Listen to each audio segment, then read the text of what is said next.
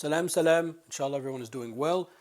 This is a video I promised I would make. It's a little bit late as usual, but I promised I would make a little video about my recent trip to Kosovo.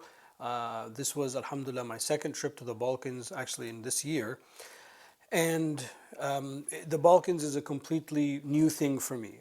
Maybe in the back of my mind somewhere, I know a little bit about it. But obviously, when you get there and you start interacting with people and you start reading about the history, you realize, okay, I really was not that aware of the Balkans. So my first takeaway lesson is it's impossible to be in that part of the world without realizing, especially the Western Balkans, without realizing the tremendous impact that the Balkan Wars and the genocide has had and continues to have on the consciousness of the people, especially the Muslim population.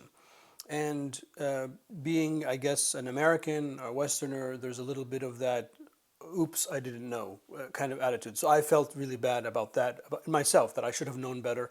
And even though I was young when all of that was happening, I do remember attending events in New York and protesting in front of the United Nations and taking care of Bosnian refugees in the Washington, D.C. area where I grew up and things like that. But I guess for whatever reason, it wasn't something that is front and center. And because this is a large Muslim population and this is something that impacted a lot of Muslims, it's something that I should have been better. I should have done my homework and I should have read and I should have been prepared. So I feel bad. At the same time, I'm grateful that I'm now aware of that and grateful that I'm trying to educate myself or re-educate myself and to remember the horrors of that conflict and how that continues to inform identity, politics, religious practice, religious practice on both spectrums, the liberals and the conservatives, etc. So that was something that it was a takeaway. I mean, it's impossible. It's impossible to be there and not realize. It's like going to Rwanda and not being aware that there was a genocide. I mean, it's something as simple as that. The second thing is, Kosovo is 95% Muslim, which is really kind of amazing. I never really realized in the middle of Europe there's going to be, or in part of Europe, there's this very, very Muslim majority country.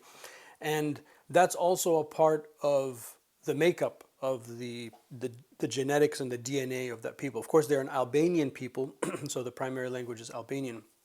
They're a separate state, a new state, still not necessarily recognized by all other states, but it's kind of an emerging state. And the thing that comes across is that they are very proud of that, and they are very patriotic, and they are determined to make Kosovo into a wonderful nation, a great nation, a resilient nation. And what I saw is that there's a lot of good signs. There's a resilient people, a noble people, that despite a lot of the conflicts and the Balkan Wars, despite that, they're not carrying like this lingering hatred or racism. At least that's what I saw. And they are very forward thinking and wanting to build the country. The third thing was kind of an understanding, because that's my focus, on the Muslim community. And when I mean the Muslim community, I don't mean just the regular population, but the people that are running the mosques, the schools, the Mufti's office, etc. So I got to meet with the presidency of the Islamic community of Kosovo. This is sort of, this is a bag they gave me. I'll show you what they gave me, the gifts they gave me. And I got to meet representatives of this book on Instagram. I posted a picture that I took with a lot of them. Very young, very smart, very intelligent, very articulate, very impressive. Very impressive. And if those are the people that are managing the type of discourse that's taking place in Kosovo, Kosovo's in safe hands. I mean, very, very inspiring young group of people, and very also much aware that they have an Ottoman history. So there's a lot of Ottoman Islam even from the foods that we were eating, the food at the hotel or at a restaurant. I mean, they are like Ottoman infused. Obviously, there's a Hanafi, Maturidi, from a religious point of view, influence. But at the same time, we're also Albanian. Very proud of that. They kept rattling off all of these famous Albanian scholars that studied at al-Azhar. Apparently, one of the people that wrote the actual, that Mustafa Sabri, Sheikh al-Islam Mustafa Sabri, the last Sheikh al-Islam of the Ottoman Empire, who I have a video on my channel about, he dictated his works as many ulama would do, and the scribe that wrote the book was Albanian, so they showed me a picture, very proud of that. but at the same time realizing that they are something separate. So it's not we need to go back in time. No, we honor the past, but we need to go back, but we need to move forward. Now, in line with that, and more related to sort of this channel and my content and what I'm interested in, they are seeking to revive a lost history, or partially lost history, because unfortunately many of their manuscripts and libraries were burned and destroyed during the conflict, and they are seeking to revive their history, and part of that history is the Islamic intellectual history. So I want to show you a couple of things that they gave me. This is a fihris, this is a catalog of the manuscripts, the Arabic manuscripts, some of the Arabic manuscripts that they have in Kosovo, in Pristina, the capital. And it's 2 volumes, right? So they gave me 2 volumes. And this is just a bibliography. You know, you'll find sort of the name of the book, a little bit of the description of the manuscript, that is. And this is their way of explaining and reminding themselves we do have an Islamic tradition. And I also want to show you something that's very interesting and very important. This is a picture, a colored picture of a page from the Quran. Of course, the larger font is Arabic, and below it is an Ottoman commentary on that. So these large things are, the large text here is the verses, and below it you'll see this is an Ottoman commentary. Very much the same way you would find in our library an Arabic Quran and an English commentary. And this is something that was very normal in how they used to study. So this is an important document, important effort that they are doing to revive their Islamic identity. And just to show you the importance of the Islamic identity, they also gifted me this very small, this is a reproduction. It's not the original, but it's made to look like the original. And this is the handwritten ijaza of one of their scholars. It was all like gold leafed, and you'll see, like, this is a facsimile, but you'll see these were all like in gold. This is handwritten. And this is an ijaza of this particular sheikh to the ulama of his time. And I think it ends with an ijaza to the Dala'il al-Khayrat, the famous prayer manual of the Prophet ﷺ by Imam al-Jazuli. These are the type of documents that show you